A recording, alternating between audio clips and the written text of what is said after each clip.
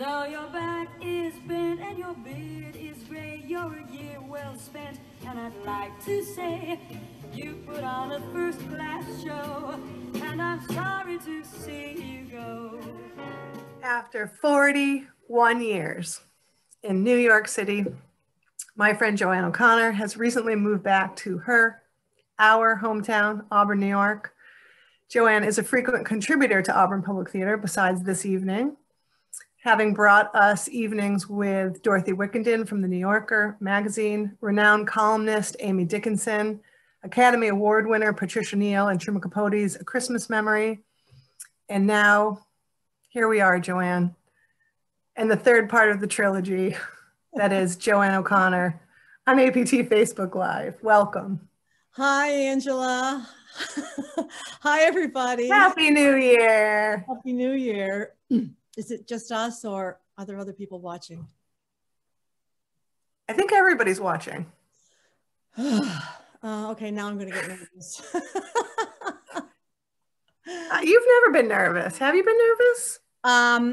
No, you're absolutely right. I really don't get nervous. The word is I get excited, right? But you know what I forgot? I forgot to turn my phone off. New Year's Eve, old boyfriends tend to call. So you can turn them off for now. They can leave a message. But yeah, I'm nervous. Well, when I lived in New York, right? When I lived in New York before I moved up here, I walked everywhere, right? I just walked everywhere.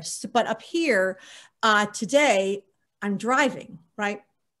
And I really haven't driven that much since high school, which, I guess was a long time ago. So, I'm driving, and, cars are a little different. The blinker, not the blinker, the bright lights are no longer, on the floor.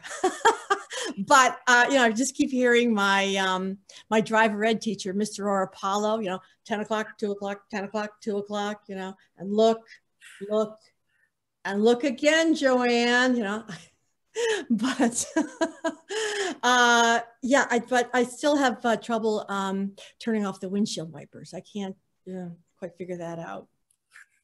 But actually, but speaking of driving, like, what is with that back in parking on Genesee Street? Like, whose idea was that?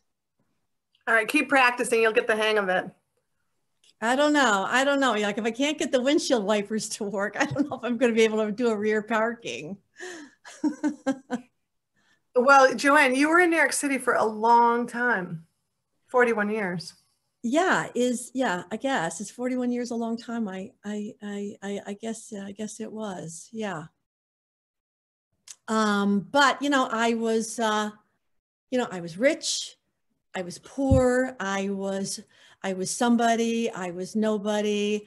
I was kicked to the gutter, and I scaled the Empire State Building. But you know what? All along for those 41 years, I was in the front seat of the roller coaster, hanging onto the bar and screaming the entire way. I had big fun.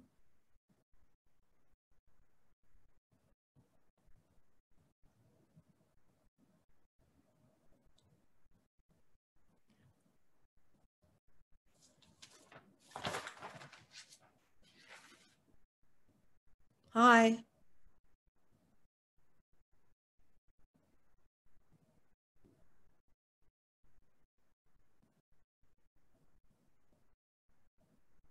Oh, okay. So it's a little note here from our tech supervisor that Angela, for some reason, is not connected. So I'm just gonna keep talking here. But actually, we're going to talk about the transition from leaving New York and coming upstate, which I guess one of the big things is the sounds. In New York, you're always hearing the sirens. There's the police and the ambulance and the fire trucks. I mean, they're always going, and it's just part of the fabric. But when I lived in the West Village, which I loved, I couldn't believe I got an apartment in the West Village, and I didn't need an alarm clock. right? There was a saxophone player a few flights above, and every morning, and I don't know if it was a man or a woman, but they would play, and these melodious notes would tumble down the flights of stairs, and that was my wake-up call. And then when I lived in Kips Bay, there was a church with chimes, and that was really sweet. But you know, up here now I have the geese, so I hear the geese, and you know, I see the geese, but I think I don't know. I think they're going the wrong way, because aren't the geese supposed to fly south, which would be down to Moravia? I keep seeing the geese flying north, which is Lake Ontario. So I don't know. I just hope they know where they're going. But I will tell you, one of the biggest differences between New York and living up here in Owasco is the LL Bean catalog, right? When I would get the LL Bean catalog in New York, right? You get it, you know, winter, summer, spring, fall, sale, sale, sale, sale. It's always in your mailbox. But I never even took it into my apartment. You know, I was just too fancy. I just would, you know, toss that. And today, when I get the LL Bean catalog, you know, LL Bean will follow you anywhere. I find myself, you know, actually holding on to it and flipping through the pages, and then there it is, you know, right there on page 37, flannel. But I did buy some slippers, which I actually, you know, needed some slippers. And but you know, up here, you know, because I'm up, you know, where it's a much more wintry than it was in New York City, I find myself wearing like a big hat and a big coat and big boots. And I think I'm starting to look like, you know, what's her name? What is her name? Marge Gunderson from Fargo. You know, let's go take a look at that trooper. You know, and then today I was getting ready, and like, oh my God, I couldn't find my hairbrush. Couldn't find my hairbrush anywhere. I was spent half the day looking for my hairbrush, and I said, oh my God, you know, last resort. The only thing I can do is to, you know, pray to St. Anthony. And just as I started to pray to St. Anthony, bing, there it was. There it was. And you know where it was? Of course, it was, you know, right where I left it. And, but, you know, we're just all totally different out there, aren't we? I mean, I haven't worn contact lenses since the middle of March. I haven't, and I'm not today wearing Spanx, and I don't think that I ever will wear them again. And yeah, think about it. Did you ever think you would see a newscaster not wearing a tie, or Stephen Colbert wearing, not in a suit, but wearing flannel? But, you know, whatever. So I'm up here, and I'm up here in the woods on the lake, and I feel like a teenager again. I'm in the same spot that I grew up in, and I've got my dog and my cat, right? And the best thing is I don't have to get up early in the morning, right? I don't have to get on that yellow bus and go to school, right? You'll love that. And I think that pretty soon I'm going to be, you know, starting to listen to the cowsills or the monkeys. And I knew we were going to talk about this, so I think I may have it right here. Let me see if I can find this thing. Oh God, here it is. Are you ready? Are you ready? Oh, that's not it. No. That's not it. That's not it. Where'd that go? Where'd that thing go? Oh, I lost it. Anyway, yeah. So where is Angela? Is Angela going to come back and talk to me? Yeah. So like anytime soon, I'm going to start singing along to the monkeys and the cowsills, right? But I've been doing some planting. Hey, hi, remember me? Out I here know. twisting in the wind. Yeah, I got alone. I thought I would jump in here. Are you kidding me? Pay no attention to me. I'm the APT tech guy, but we're having some tech issues. And when you're using this newfangled technology, I like to call it the information superhighway. Some people like to call it the internet.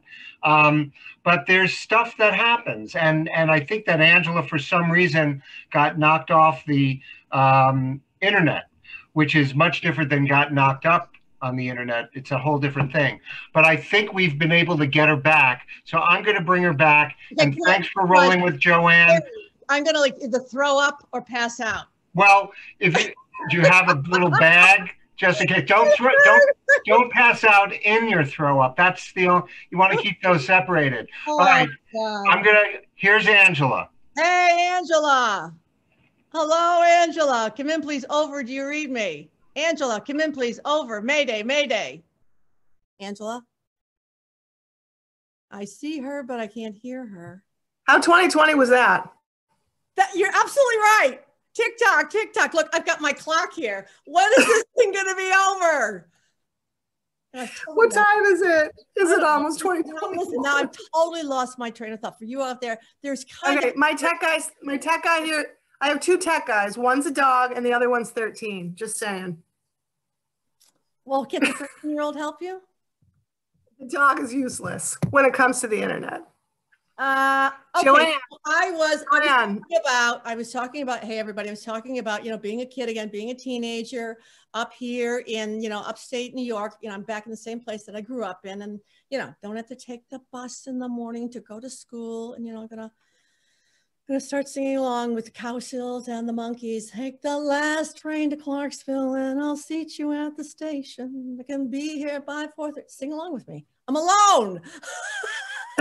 I made a reservation. Don't be slow. Oh, no, no, no. Oh, no, no, no.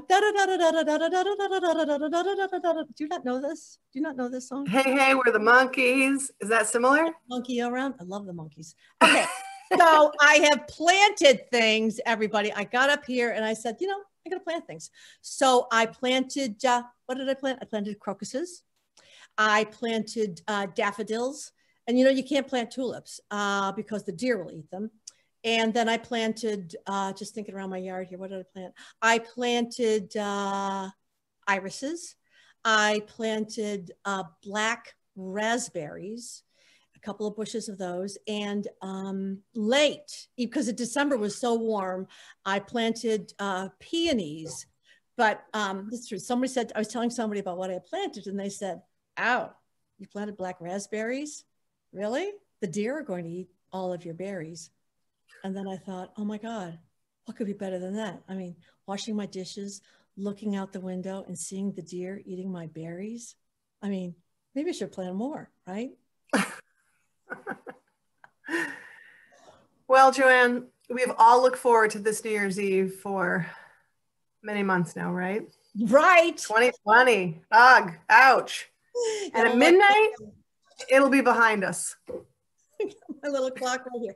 And special treat for everyone out there, all the way from New York City. I have, are you ready? What is it? I've got my disco ball. How about that, right? Straight from Times Square? Actually, I don't, here's the truth. I found this on the street. I found this on the street in the garbage. And I said, oh my God, I'm taking you home with me. And I've treasured this. I mean, some things you can never let go of, right? Anyway, remember the time we used to be able to hug somebody or shake somebody's hand? Remember the handshaking? Shake your hand. Shake your hand. I mean, it'll all come back. There are going to be live shows again, kids in classrooms, going out on New Year's Eve. Being an event planner all these years, you must have worked many New Year's Eve parties. Yeah, well, it gave me something to do. Best New Year's Eve of my life so far, 1975. I don't My know three what brothers. I'm doing in 1975, but go ahead. I think we had a very different New Year's Eve that year. Tell me. My parents took my three brothers and me first Church of St. Francis, evening mass, no lights, all candles. Then we went across the street to the Hollywood for dinner. My parents knew everybody. Never been there. I've never been to the Hollywood. I have got to go. What? I swear to God, as soon as it reopens. Never been inside. Okay, as soon as it reopens. Now I thought it was the real Hollywood. I was 8. Then Snow White and the Seven Dwarfs at the Shines Theater. Fabulous theater. Home to a babysitter and a tray of brownies. And my parents went out to a house party, and my mom wore lipstick and perfume. Super glamorous, never been topped. What kind of perfume did she wear? Avon. Oh, Avon perfume, right? I can see I can see those little bottles, those little sample bottles, but I can't remember. I mean, who can remember anything? I can't remember the titles, Actually, I'm starting to feel like, what's her name from the Three Sisters, that Chekhov play, the one who's so depressed and she wants to go back to Moscow, but she can't get to Moscow. And then she can't remember the word for window in Italian. What? I think my mother wore tweed, right? Oh, Masha, that was her name. Masha in the Three Sisters. What? Right? Masha, she was that sister. She was one of the three sisters. There's Irina, Masha, and I can't remember the other one's name, but she's the one that wants to go to Moscow. She's very depressed and she can't remember. She's so bemoaning that she can't remember the word for window in Italian. And Joanne, I think you want to do a play. oh, I would love that. I mean, do a play with people on stage with me and a stage manager and director, not be out here twisting in the wind all alone on a Zoom in the middle of the woods on New Year's Eve. Yeah, we're going to make it happen, Joanne. Like to have a safety net of a stage. That's scary when a stage is the safety net. Okay. It's definitely still 2020. We're going to make it happen, Joanne. Right here at Auburn Public Theater. I got to tell you though, I've talked to some very successful actors and about acting on the stage, is that when, they can have like a very, very busy day, right? The telephone, the agent, the family, whatever the drama. But when you get on stage, right? And you're alone on stage, nobody can get to you. So there's that serenity for a performer that they are, alone and in control. And the phone's not ringing and there's not messages to be answered and they're in control. So, whatever, just a little thought there. Great thought. Let's go back. Yeah. Ding dong, Avon, ding dong, Avon lady. Is that you? Are you going to be my Avon lady? I'm bringing you back. Yeah. Did they really go around door to door lugging that big box of samples? I can still see that box. It opened up like a tool chest with all the little samples. True story. A woman came into Cafe 108 a few weeks ago, a month ago, and she said, "You don't know me, but I know you." And I figured, yeah, because you're a customer and I'm the cashier at Cafe 108. And she said, "No, I know you from a long time ago. I know you from Woodlawn Avenue. I was your mother's Avon lady." True story. Oh, God. How great is that? And the little girl right there with your mom. And I used to love watching her get ready. Loved it. Right. Oh, I love watching my mom get ready too. Like, whether it was, just, going out or if it was New Year's Eve, this was this whole production. I mean, I think, she would put on a lipstick, once a day, but when it came to a special occasion, it was, like a show. So there was like, the big shower and then the steam, the place was all filled up with steam. And then there was like the hair and the curlers. And then she would take the hair out of the curlers. And I couldn't wait till she brushed those curls out. And then she had, her makeup all lined out, like the foundation and the mascara and the blusher. Did they call it blusher back then? I can't, the rouge. It was called rouge. The rouge and the stockings. She had because this is before pantyhose, she would have her stockings laid out on a towel hanging over the shower curtain rack. And oh, I gotta tell you, my mom would wear long black gloves, right? And she would have these black open-toed suede high heels. I mean, it was so exciting watching her, you know, get ready, let's say to go to dinner over at Springside, and then, you know, maybe dancing at the Auburn Inn to the Bobby Doyle band. I mean, can you imagine going back there in time? Oh. But, you know, we would wake up in the morning, and I guess we must have had a babysitter. And yeah, who was it? It was probably Anne from next door.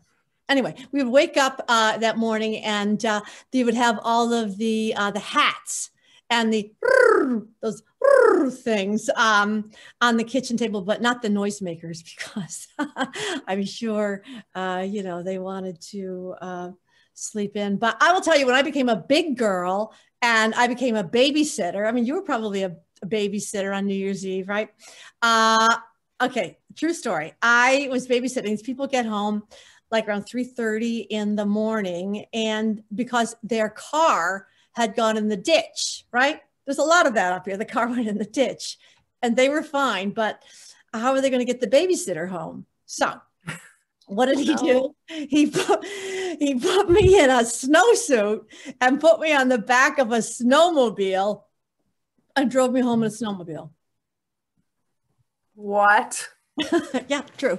Okay, that is as upstate New York as it gets. I mean, Joanne, okay, New Year's Eve on the back of a snowmobile, probably with a drunk driver, just guessing. Just guessing. Home, just guessing, slightly drunk at least, all the way to Times Square. You were there for years, right? Yeah. Times Square? Yeah, I did. And you know, listen, I'm here to say I survived. I survived that. Yeah, and it was, I had managed a venue on 43rd between 6th and Broadway, which was really not part of the New Year's Eve celebration, but it was just right down the street, like right there, like half a block away, because this particular block, 43rd between 6th and Broadway, was a holding pen for police. So we had our own private New Year's Eve right there in Times Square. And I will tell you, there's a lot of confetti.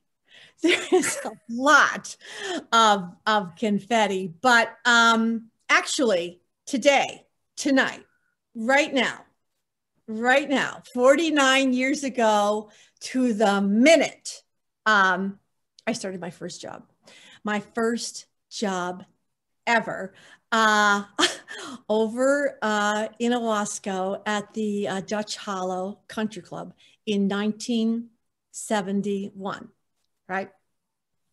And I knew we were going to talk about this. So, you know, I've kept diaries for years, right? And so I went to my box of diaries, right? And I pulled out, here it is. You see that? 1971. That's great. Right? Oh, yeah, look at this. January. I went to 9 o'clock mass at St. Anne's. I watched the honeymooners. Fascinating, right? Okay, if we flip through June 12th, clean the house. Nothing in July, August. Why didn't he call me? September 1st, I slept till noon. Mom was really mad. Okay, let's get all the way to December. Oh, you know, what was that, what was his name? Oh, Oscar Wilde said about a diary. He said, what did he say? He said, oh, I never travel without my diary. One should always have something fascinating to read whilst on the train. Whilst. W-H-I-S-T, whilst on the train. So whilst we are together, don't leave me, on this Zoom, let me just turn here to Friday. Oh, Friday, here it is, Friday, December 31st. And it says I started work today at 6 o'clock and got off at 4 o'clock, exclamation point, exclamation point, exclamation point. And I made $37.50 in tips, exclamation point, exclamation point, exclamation point. And then it just says, are you ready? I drank coffee. So I got to pay for the coffee, but anyway. So, I get to this job, right? And I'd driven my mother's yellow Ford Fairlane. You know, I sort of took over that car, which was very easy to drive. You know, the bright lights were on the floor. I keep looking for that. I get over there and I got my new little outfit. You know, I've got a nice white blouse with a Peter Pan collar and a brand new black skirt that I probably got at Robert Hall, you know, where the Salvation Army is today.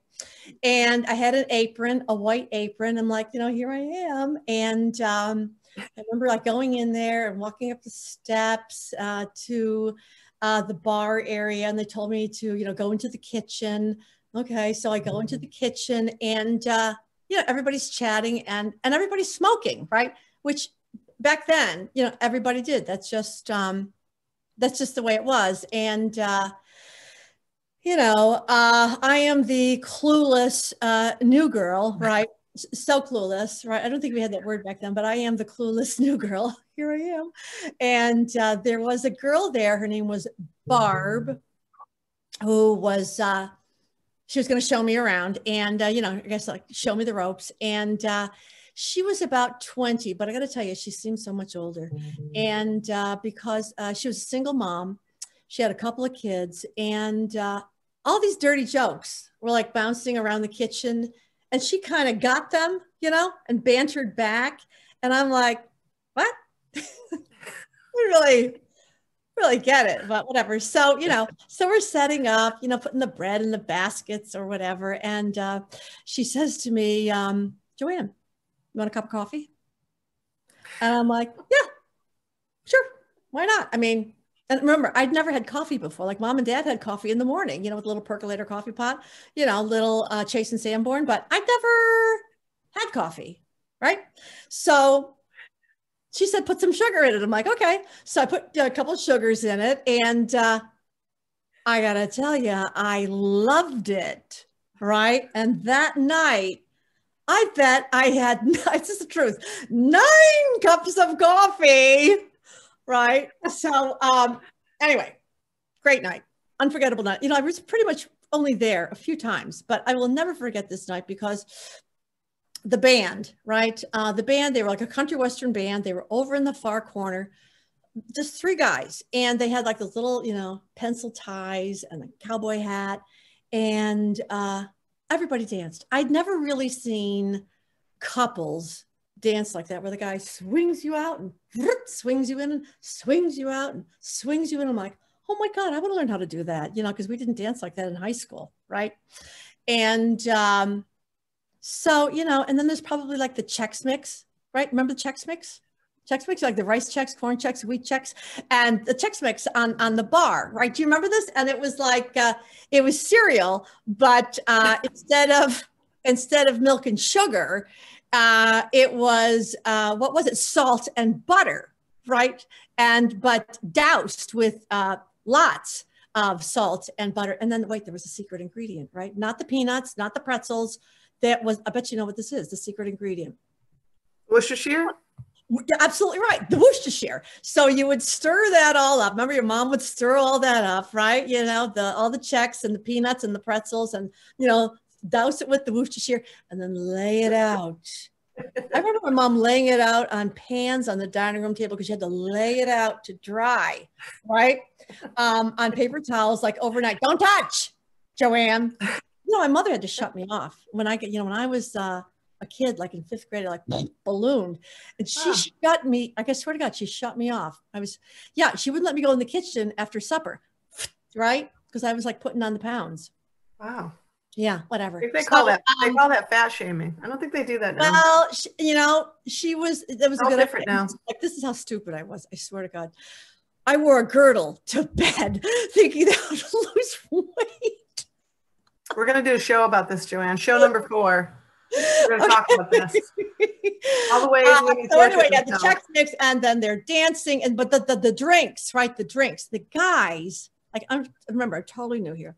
The guys want drinks, and they're called like a BV press, right? Like what is that?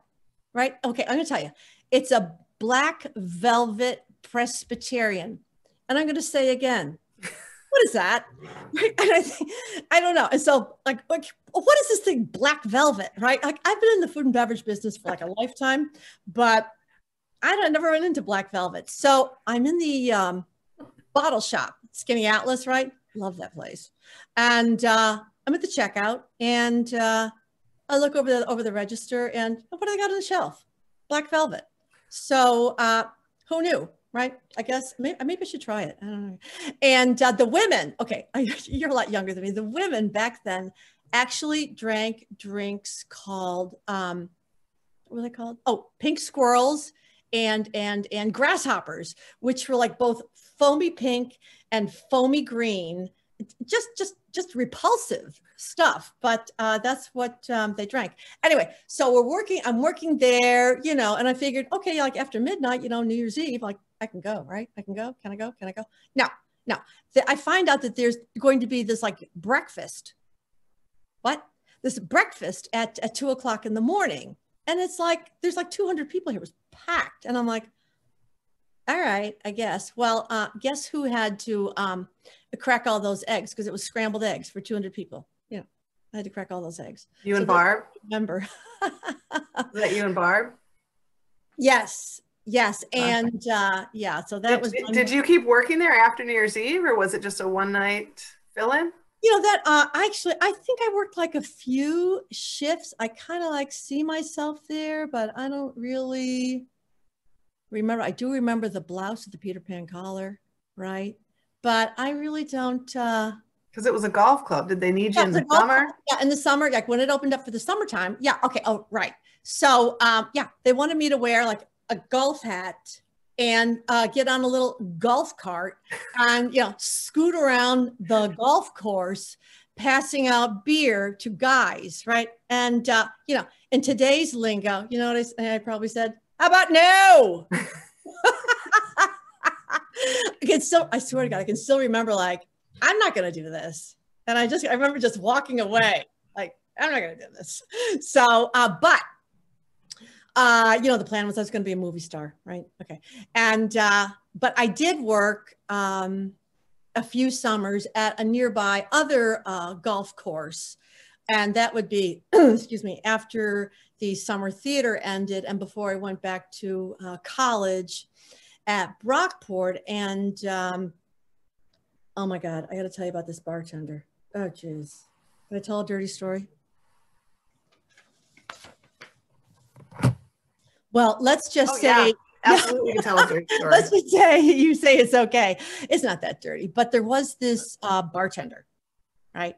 And we're just going to say his name was Tom, which it wasn't, but we're just going to say his name was Tom. And, you know, he was a lot older. I mean, oh my God, he was probably 40. I mean, think of it, 40. Old. Old, right? Anyway, he hated making drinks for the waitresses, hated it. And back then, of course, like today, the same thing, you would put your tray down at the service bar and you would set up your glasses in the order that you wanted those drinks poured, you know, always finishing with the draft beer so that the foam on the top of the beer was, you know, nice and frothy. You never said the draft beer first. You had to say the draft beer last, right?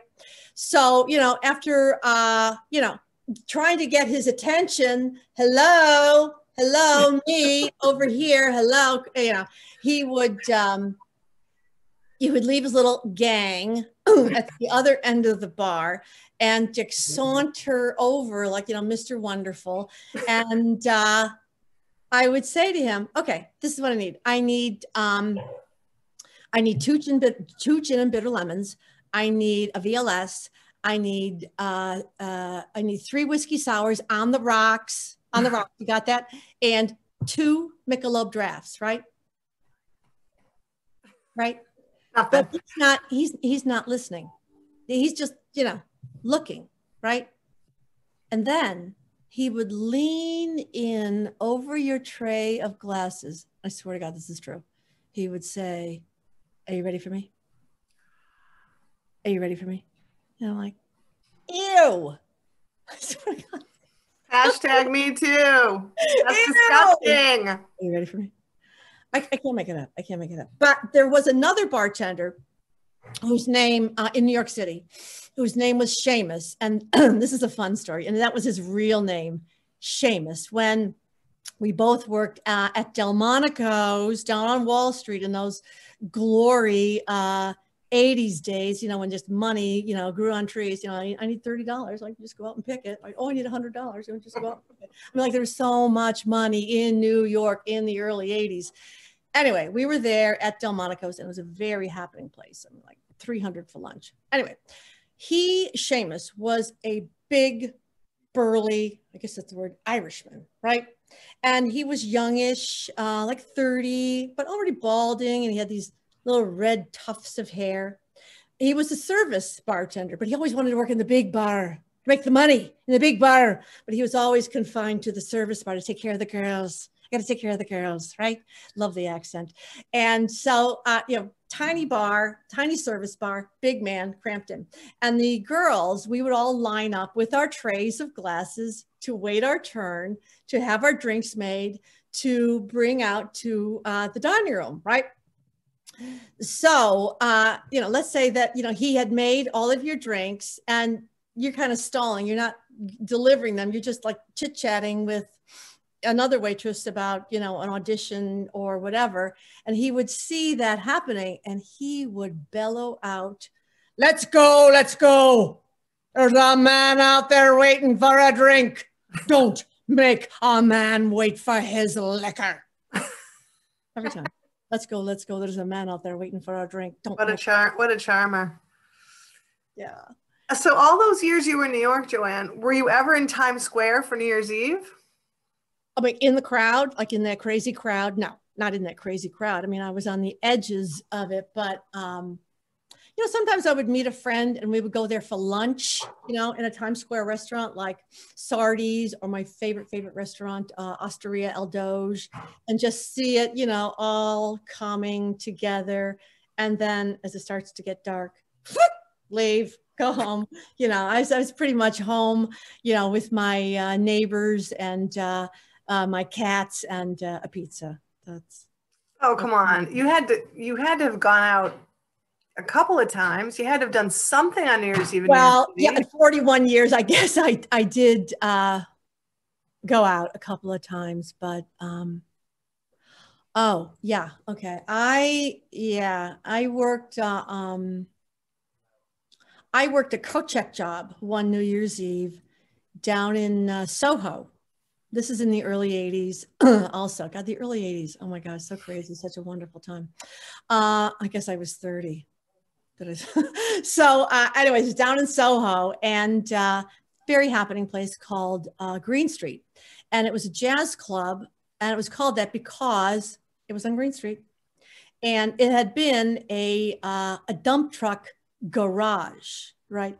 And it must have been 120 feet high because they would put the dump trucks all the way up, right? But it was reimagined and redesigned into a jazz club by a guy named Tony Goldman.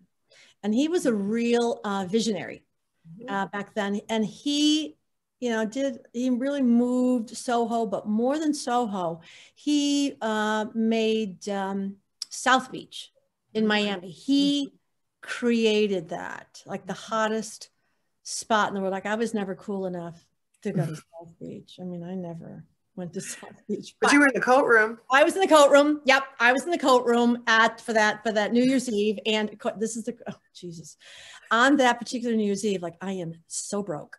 I have like no money, and that can happen to you. I guess it can happen to you anywhere, but it can happen in New York when you're a kid. And all I have, this is the truth. All I had was one subway token, right?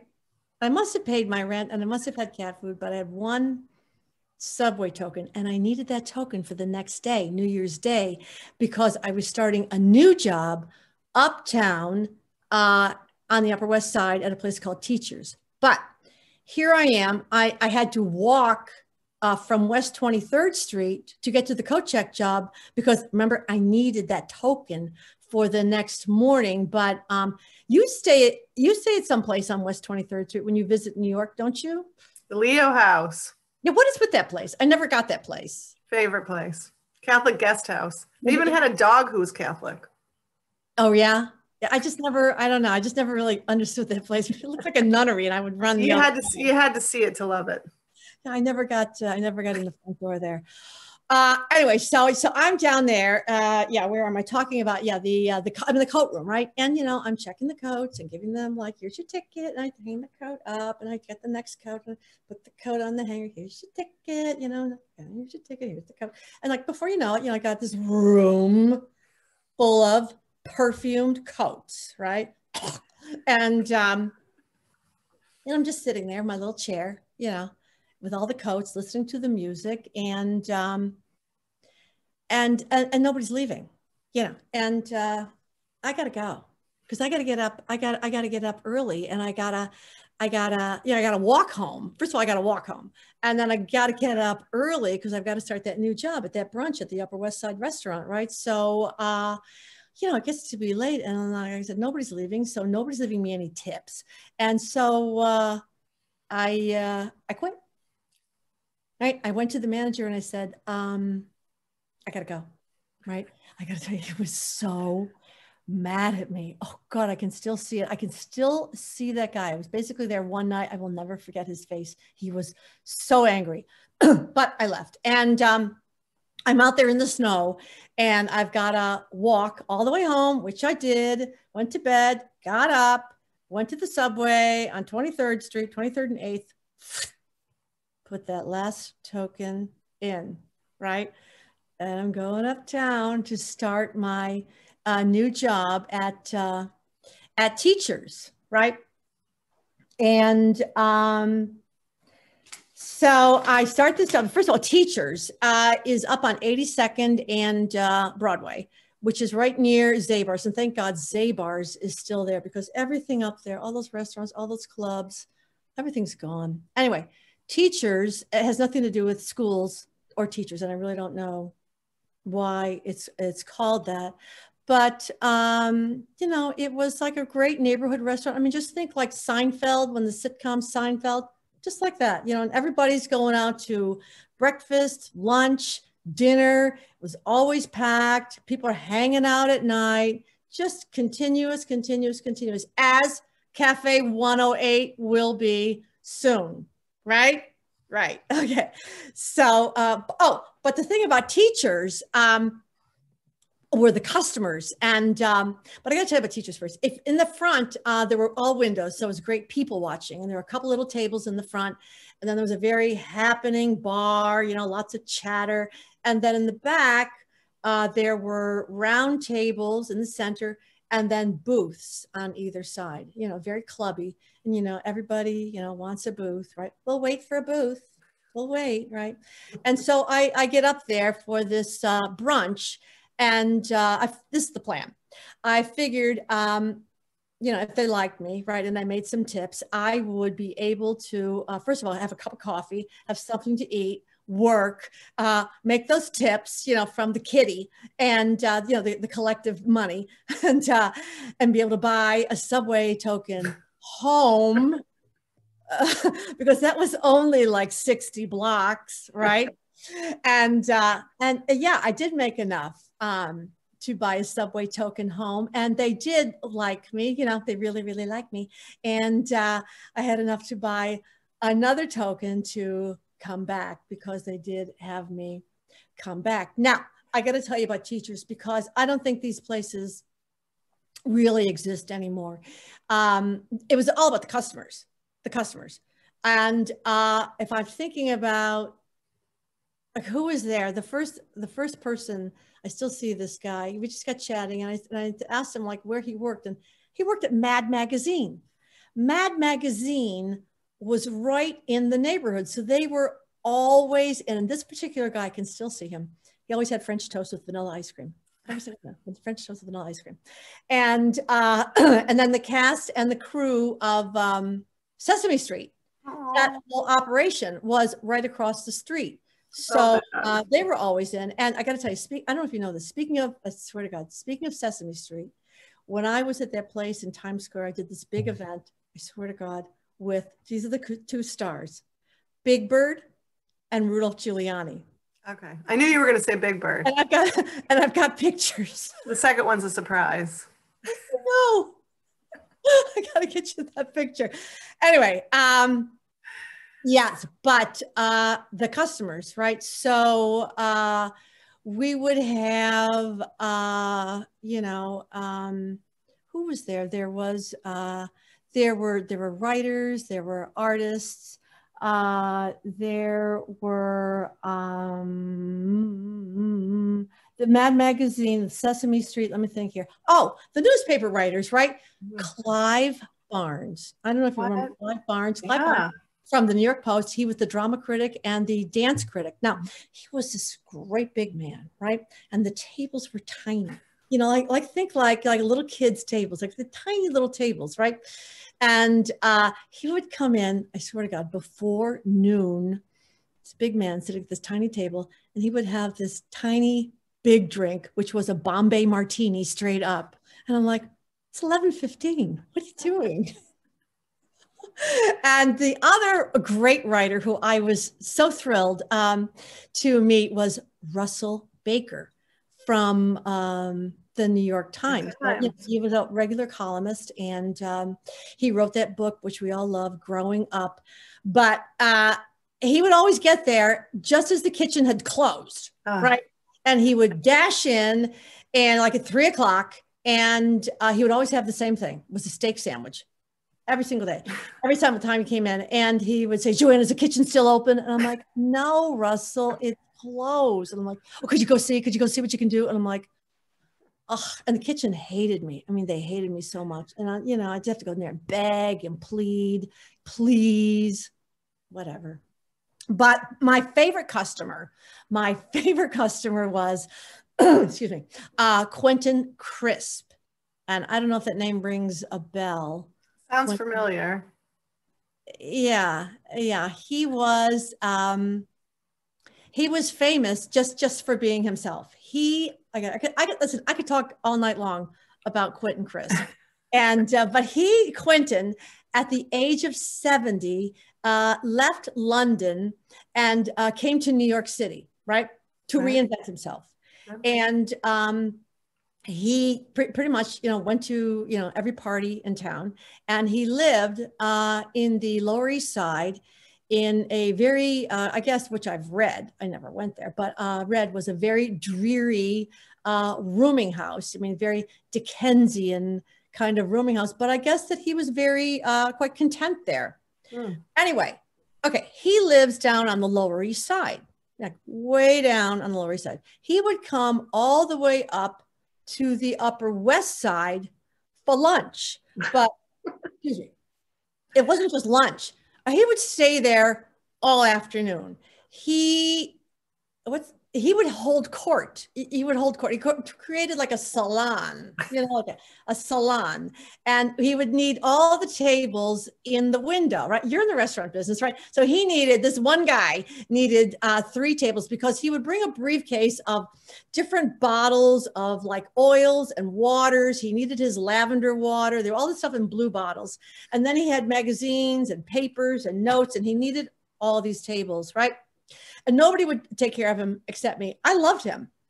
But he would, when he would come through the door, he would have, let's say, like a turquoise velvet jacket and like a yellow ascot and a red shirt. And then his hair, it was like a hairdo. It kind of, went up. It was like white and kind of purple. And, that's just the way he was, right? So when oh Jesus God, can I tell this?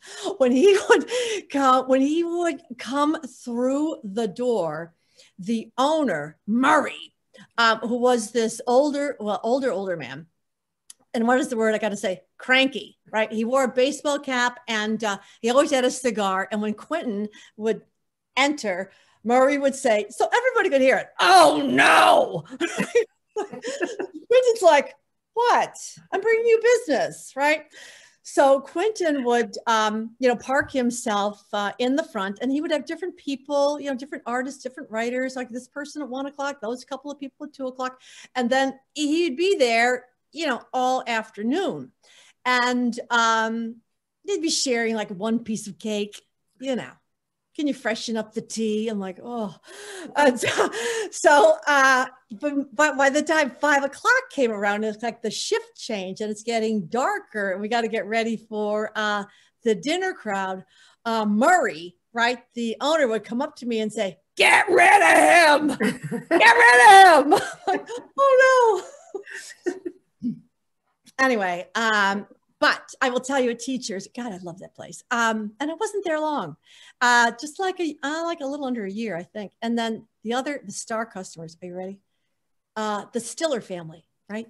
Jerry Stiller, Ann Mira, and the kids. With the kids were like, one of them was like Benny Stiller. Oh my God. Ben Stiller. It became Ben Stiller. Yeah, and they would sit at the table one, right by the door. They always had the same table. Did you serve Blue Nun wine there, Joanne? Remember Blue Nun wine? Well, that is a great question. I don't think so. I don't think we had it, but I certainly remember those commercials. Can you do it? Can you do the commercial? Can I do the commercial? You remember? Okay, first of all, the Stiller and Mira also did in the 80s, I think they did these commercials for the Amalgamated Bank. I don't think anybody could say the word amalgamated like Ann Mira, right? But the Blue Nun, that was like everywhere and on television. They would like they were like a comedy act, right? Stiller and Mira, and she would be talking about she was gonna, planning like I'm having a party, right? I'm going to have some shrimp, some pate, and some Ritz crackers, and I'm looking for a wine that might go compatible with the shrimp and the pate. And he would say, "Have you tried Blue Nun?" And she goes, "Oh, is that the wine with the little nun on the bottle?" Anyway, we loved those commercials. And I got to tell you, I love taking care of them. I was just so honored, and the funny thing about Ann Mira is I was doing a party, I did all those Broadway parties and she was there. And one night, who comes to pick her up to take her home? Was there her son, Ben, Big Ben Stiller. And I went to him and I said, "Ben, remember me? I used to bring you your dinner every night, right? At Teachers." He's like, "Oh my God, Joanne." I'm like, "Yeah, that's me. I'm still bringing dinner." That's so great that he remembered you. Yeah, I know. Well, he said he did. He's being polite. I don't know, But, I'm just thinking now that all those people are gone, like Clive and Russell and Quentin and Stiller and Mira. They're all gone, But, it was a time. It was a great spot, right? And how do we get to, I get totally distracted. I thought we were going to talk about New Year's Eve. Oh my God, that's right. We're here to talk about New Year's Eve. Yes, New Year's Eve. Ugh. Well, here it is. Well,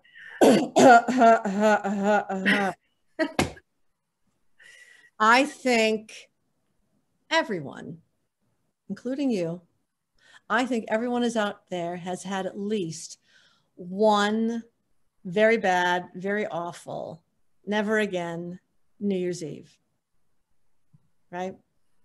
But I'm here to tell you that I, Joanne O'Connor, I had the ultimate, very bad, very awful, never, ever again New Year's Eve. And for this, I will win the Notting Hill Brownie. Oh no. You're going to tell us about it, right? Well, do I have a choice? All dressed up, no place to go. Yeah. So yes, I am going to tell you about it. It was, yeah, again, the early 80s. I don't know, 83, 84, something like that. And I had a new boyfriend. I had a new boyfriend. It was September in New York City. And, you know, what's better than that, right? A new boyfriend, September in New York City. You know, what is that? That lyric, it must be Rodgers and Hart. And then my heart stood still, right? I mean, like, oof. And we're a thing. I don't know if we're a couple, but we're definitely a thing. Or it's definitely a thing. And, but, you know, by November, I was. Oh, no, not the turkey drop. Yeah. Well, he hadn't officially dumped me, but he was drifting, right? Away. So, you know, Thanksgiving comes and Thanksgiving goes, and Christmas comes, Christmas goes. And now, like tonight, it's New Year's Eve, right? And I'm invited to a party, right? Where I have been told he's going to be at that party, right? So again, I have a plan. I'm going to get all dressed up and I'm going to ambush him, right? Now, yeah, perfect, brilliant. Now, back then in the early 80s, you never took the train at night, which is very hard to believe, but you never, especially for a woman. I know it sounds very sexist, but you just did not get on the train at night. End of story. So if you were going out, leaving your neighborhood, okay, this is important, leaving your neighborhood and going to a party in another neighborhood, right? There was this thing in the back of your mind saying, how am I going to get home? Right? But you go out anyway, right? So I put on, you know, what do they call it today? The LBD, the little black dress, right? I got to tell you, I didn't know what that term meant for the longest time, LBD. What is that? Little black dress and this little coat, right?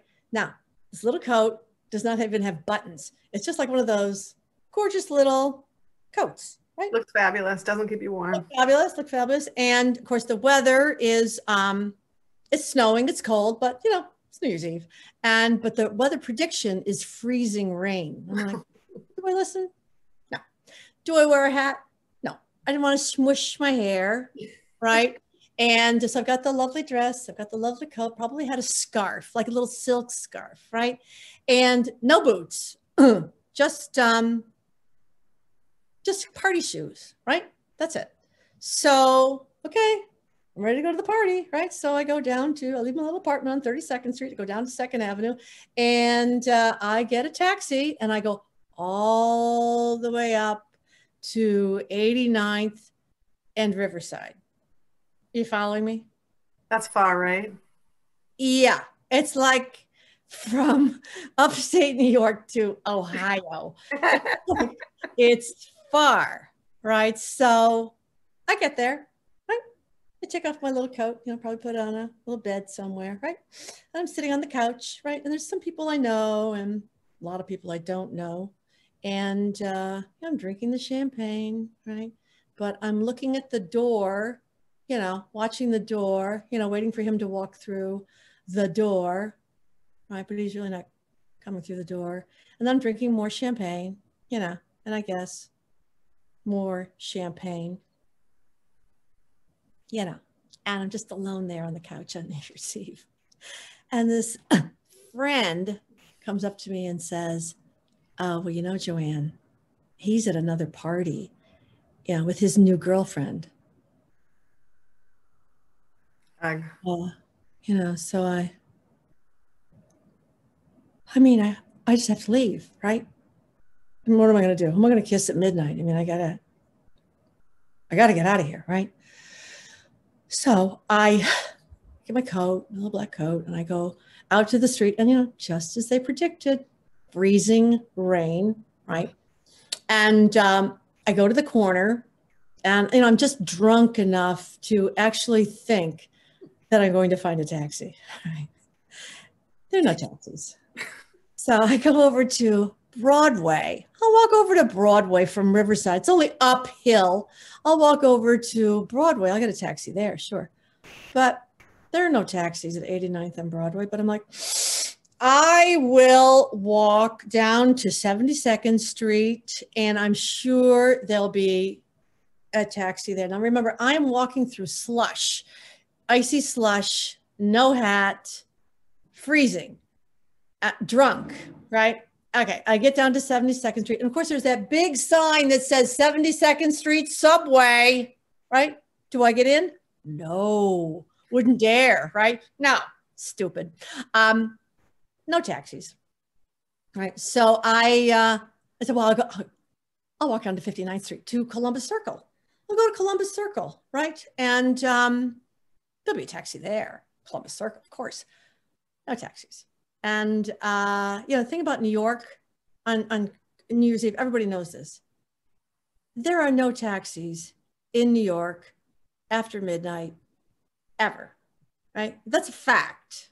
That's a fact. So I figured, well, I'll walk over to Carnegie Hall. I was thinking like, maybe, you know, I know it's still late, but it's probably closed, but like maybe the people will be leaving and, you know, they'll be getting into taxis, like people that work at Carnegie Hall, like backstage, and there'll be a taxi there. But, you know, the lights are out at Carnegie Hall, and there are no taxis. And I'm like, oh God, I'm like, God, how am I going to do this?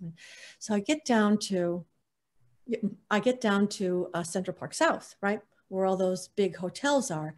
And so I'm going in and out of the hotels to warm up. So I would go like, you know, through the revolving door into the Hampshire House to warm up. And then like, you know, back out. And then like, you know, a couple block steps down into the Essex House, you know, through the revolving door, warm up in the lobby. And then I got to keep going. And, you know, back out the revolving door. And, you know, first of all, this is not like the movie. What was that scene from when Harry Met Sally, that New Year's Eve scene where Billy Crystal is running through the streets? You know, he's not running through the streets to find me. No. So now I'm, where am I? I'm over at Park Avenue, right? And I got to pee so badly. Oh my God, I got to pee so badly. I got to pee so badly. But let me tell you something. There's shrubbery on Park Avenue. Oh no. I'm going to say, right? You know where this is going. You know where this is going. So I walked all the way from 89th and Riverside to 32nd and 2nd, drunk, freezing, no boots, in tears. But I made it. And I'm like, oh my God, there's my apartment building. I made it in a minute. I get in, and I swear to God, I climbed up the stairs. I think there was probably something in my mind that said, maybe I should go to the ER. I'm like, ugh. I was frozen. And I go up to my apartment, and I get into a hot shower, like, and of course I got sick, right? Oh my God, Joanne. Hands down. You win the Notting Hill brownie. Give it to me. I'm going to give you a whole pan of Cafe 108 brownies. And they're gluten-free, just for that story. And I swear to you, every inch of that is true. Every single inch of it is true. Sometimes I think my feet are still cold. I don't know. I'm going to tell you, on a sunny day in June, in sneakers, it's a hike. It's a hike. But anyway, listen, Cafe 108, right behind Auburn Public Theater. Something's going on. Tell. Yeah, double bill with Joanne O'Connor. Jeff Daniels. Jeff Daniels is coming to Auburn Public Theater. Jeff Daniels is coming to town Tuesday, January 5th, 2021, 8 p.m. Good. Check it out, jeffdaniels.com, auburnpublictheater.org, Auburn Public Theater Facebook. What is he going to do? He's going to play music, and he's going to answer questions. Okay. Do you have any questions? Is that gilding the lily if I submit a question in advance? No, I want to think of a question. To APT. Yeah, listen, I saw him in To Kill a Mockingbird because I bought the ticket. You know, Broadway for a year. Went to Broadway, saw him in To Kill a Mockingbird. He was fabulous. But I got to tell you the most important thing about that show, right?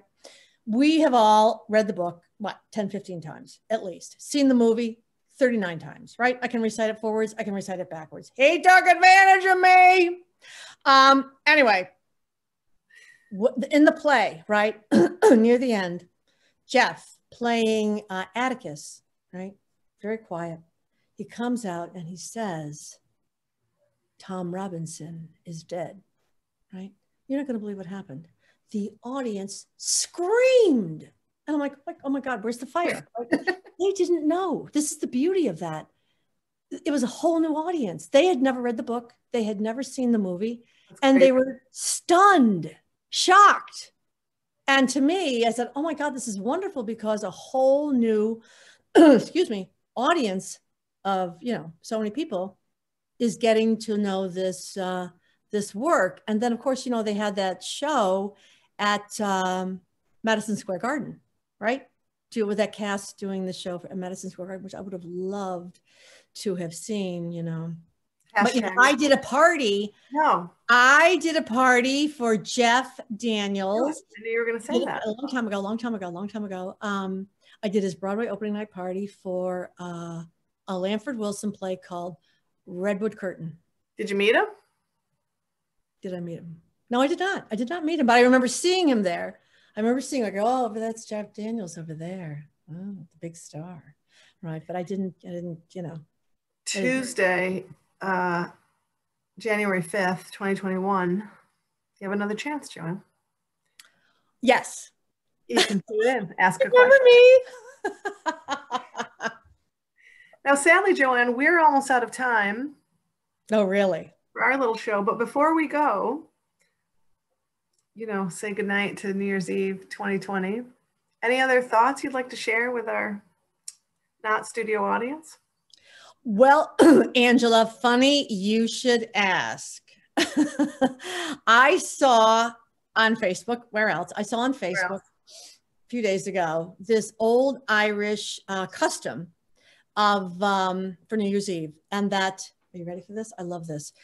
You, right before midnight, you go to your back door, you open it up wide, and you let the old year out, right? Mm-hmm. And then you run to your front door, right, just at midnight, and you open that up and you let the new year in. Nice. I just love that. But I'm thinking, if you had an apartment, you don't have a front door and a back door, that I think a window will work just fine. Listen, let's open everything. All the windows. Open it all up. Open it all up. The doors. Everything. The skylights. Right. Let's let it out. Right. What are you going to do tonight? Haven't I done enough? Just before midnight. Are you going to stay up? I'm going to tell you what I'm going to do. Same thing I do after all of these Zoom events. I am going to have a glass of Finger Lakes dry Riesling. You've earned it. Yeah, thanks. Which vineyard do you like? Doesn't make any difference. Whatever's coldest and has a screw top, right? But you know what else I'm going to do? Oh my God. Last night, I was turning off the lights and I looked out the window. There was a deer right there, right? And I thought she was looking at me, but she wasn't. And I'm like, what is she looking at? You know, what is she looking at? And she would go like a few steps and then she would look back and then she would come back and then she would keep looking and looking. I'm like, what is she looking at? Like, I don't see anything, right? And then out of the bushes, boing, boing, boing, the little one. Her baby. And then they just, you know, toddled off together. That's perfect. Right. That's a symbol of unconditional love, Joanne. Right. Wild. Right. What a perfect way to end our show. Well, I'm going to have something to eat too, because, you know, I haven't eaten. Do you have a menu to go with the wine? What's on the menu? I swear to God, you know what I have? I have some Angelo's pizza. Right. And I love Angelo's pizza. And I'm so old that I remember when it was 15 cents. I remember you would walk down Genesee Street. And once I got to North and Genesee, I mean, you could smell that bubbling cheese. I'm like, oh, do I have 15 cents? It's a little bit, but it's worth every penny. It's worth every penny. I'm going to warm it up. And that's what I'm going to do. It sounds like you're in line for another classic New Year's Eve, Joanne. Well, Happy New Year, Angela. Happy New Year. Thank you so much for coming on, Joanne. Love you. Love you, everybody out there. All the good things. And everyone, please stay safe and sane and wear your mask and keep your distance. Let's do this. Right? Mwah! You got any confetti from Times Square? Oh, I do. I got this thing. My thingy dingy. I totally forgot. Bring this from New York City, Joanne? Yeah. You have any? Yeah, I don't. Just the finger snaps. And just for fun, one more time. Here it is. Happy New Year. Happy New Year, everybody.